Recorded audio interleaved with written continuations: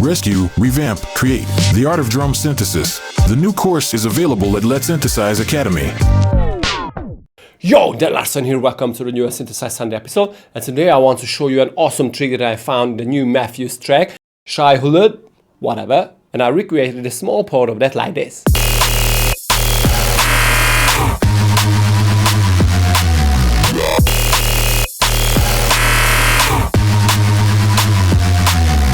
Bear with me because this little trick is going to kick your sock off, and if you want to grab it, the whole project, go to my Patreon and click here from my academy if you want to learn a lot about music production. But right now, let's jump into it. So here is my remake once again.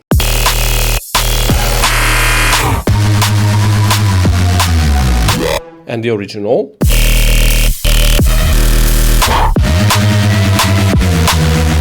I killed the claps in the original so I won't run into copyright infringement. Alright, so when I first heard this bass, I was like, okay, this sounds like a really simple kind of thing, but there is a trick, there must be a trick behind it. So I went in and I wanted to hear only the side information of the song, and this is what I got.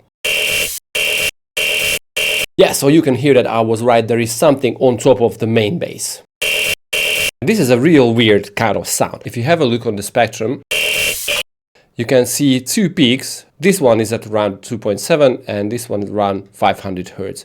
So when I hear this kind of sound, almost sounds like if it was frequencies shifted. This is why the shifter is here. So if I crank the shifter down to almost minus 2K, now this sound definitely sounds like an FM kind of growly bass that can easily be achievable. So this is why I went to operator and I tried to recreate this growly kind of sound. So I'm pretty sure that Mefjus created some sort of FM bass or FM whatever and played with frequency shifter. Right, so let's start with one sine wave. Let's modulate it with another sine wave, but I can hear that it definitely needs something as an extra overtone. But if I add more, I distance from the growly sound. So I need another operator, but this time with the sine wave. Okay, this almost... Okay, we're getting closer to a growly bass. But let's add a little more overtones to it. Okay, cool. This is a lot closer to what we are hearing here. Now don't be fooled by the noises and hi-hats that is on top of the sound that we're hearing in the original song. That is just coming from the mix, but the original growly sound is definitely sounds like this.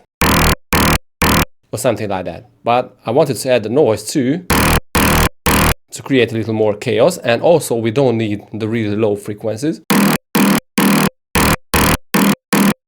Okay, so this is a little closer, but I can hear that there must be some formant informations in the sound, so this is why I use the kiloHeartz formant filter.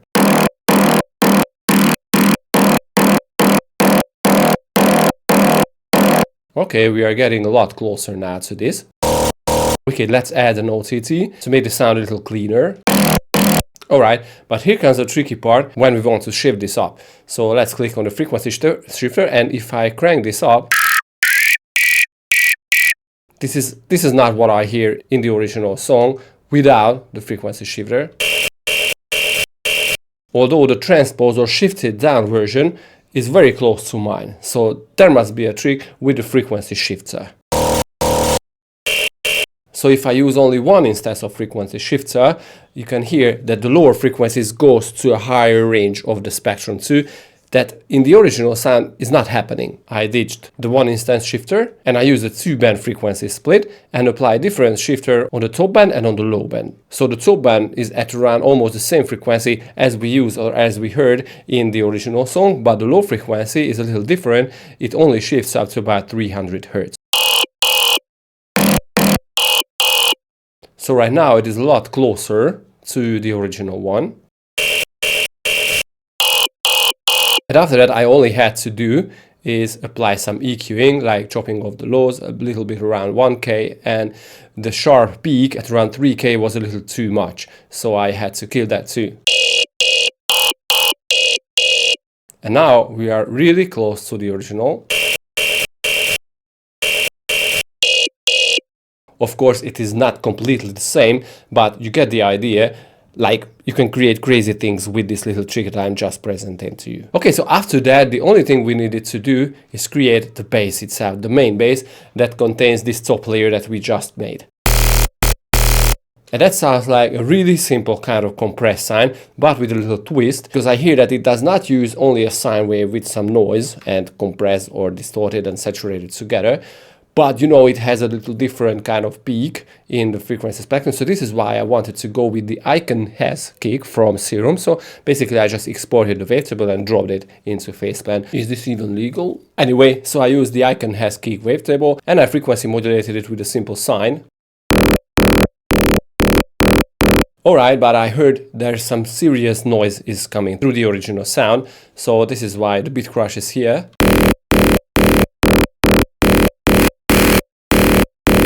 Okay, then I use a disperser to make it a little more growlier or rubbier.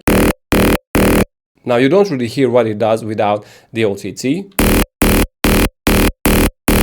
Okay, then I needed even more tops using a 3-band EQ, but also had to kill the lows.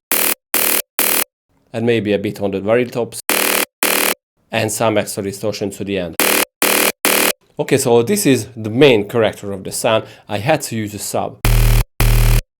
Now the sub is a little tricky because if I use, like for example, an overdrive, it does not cut through the mix because the overdrive really can't produce that second or third harmonic that the sine distortion can create. So you can see on the waveform that it looks like if we mixed the original sine with a higher frequency sine, maybe we can reproduce that too. So let's use another sine without, of course, the drive. And if we add even more harmonics, it starts to look like what we did with the sine distortion. And it almost sounds like that too. Okay, but I think using the simple sine distortion is a lot easier solution. So basically what it does, it adds the third harmonic to the sub. So if you use a really low note on the sub, for example D or D sharp, you need to use the sine distortion. Right, cool, and I also created a compressed sine just for the noise. So a sine, a noise, and distorted and filtered together, and they all go into lane 3, where I killed the very highs. I applied some EQ to match the sound with the original one, and the distortion to the end. And this is how the original bass was born. And how I play with the tone is really simple. I just automated the top shifter frequency here, as you can see. But I had to play a little with the main bass too, where I apply this macro to the frequency basically of the original wavetable. And I also drop this bass layer.